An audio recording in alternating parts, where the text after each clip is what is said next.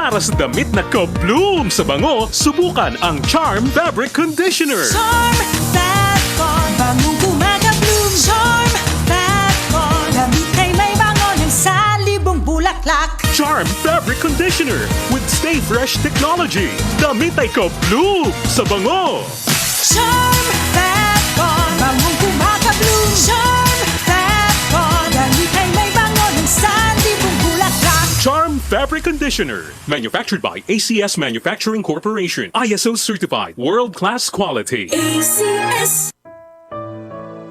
Pagbasa sa Aklat ng Kawikaan, Kabanata 13, Talata 1 hanggang 25.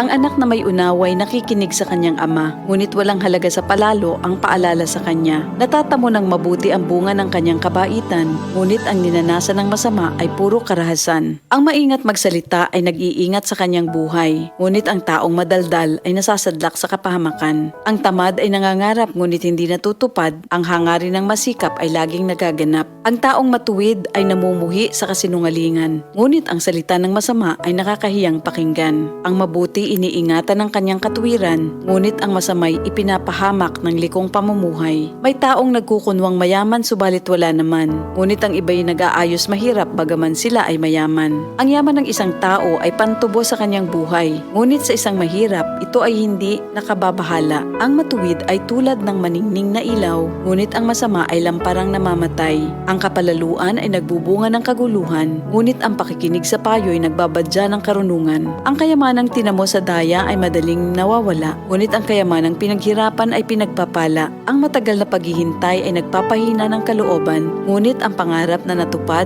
ay may dulot na kasiyahan. Ang nagwawalang bahala sa payo ay hahantong sa sariling kapahamakan, ngunit ang nagpapahalaga sa utos ay gagantimpalaan. Ang mga turo ng matalino ay bukal ng buhay. Ito ay maglalayo sa bitag ng kamatayan. Ang katalinuhan ay umaani ng paggalang, ngunit ang kataksilan ay naghahatid sa kapahamakan. Ang katalinuhan ng isang tao ay nakikita sa kanyang gawa. Sa kilos ay nakikilala ang taong walang unawa. Ang masamang tagapagbalita ay lumilikha ng kaguluhan, ngunit ang mabuting tagapamagitan ay lumulutas ng alitan. Kahihiyan ng kasasadlakan ng hindi nakikinig sa saway, ngunit ang tumatanggap ng payo ay mag-aani ng karangalan. Ang pangarap na natupad ay may dulot na ligaya, ngunit ayaw iwan ng masama ang kasamaan niya. Ang nakikisama sa may unawa ay magiging matalino, ngunit ang kasama ng mangmang ay masusuong sa gulo. Ang hinaharap ng masama ay kahirapan sa buhay, ngunit sagana ang pagpapalang sa matuwid ay naghihintay. Ang matuwid ay nag-iiwan ng pamana hanggang sa kaapu-apuhan, at sa matuwid na uuwi ang naipon ng isang makasalanan. Ang bukid ng mahihirap may pangakong kasaganaan, ngunit ito'y nasasayang dahil sa kawalan ng katarungan. Mapagmahal na magulang, anak ay dinidisiplina. Anak na di napapalo, di mahal ng magulang. Ang matuwid ay sagana sa lahat ng kailangan, ngunit ang masama ay palagi namang nagkukulang. Ito ang salita ng Diyos.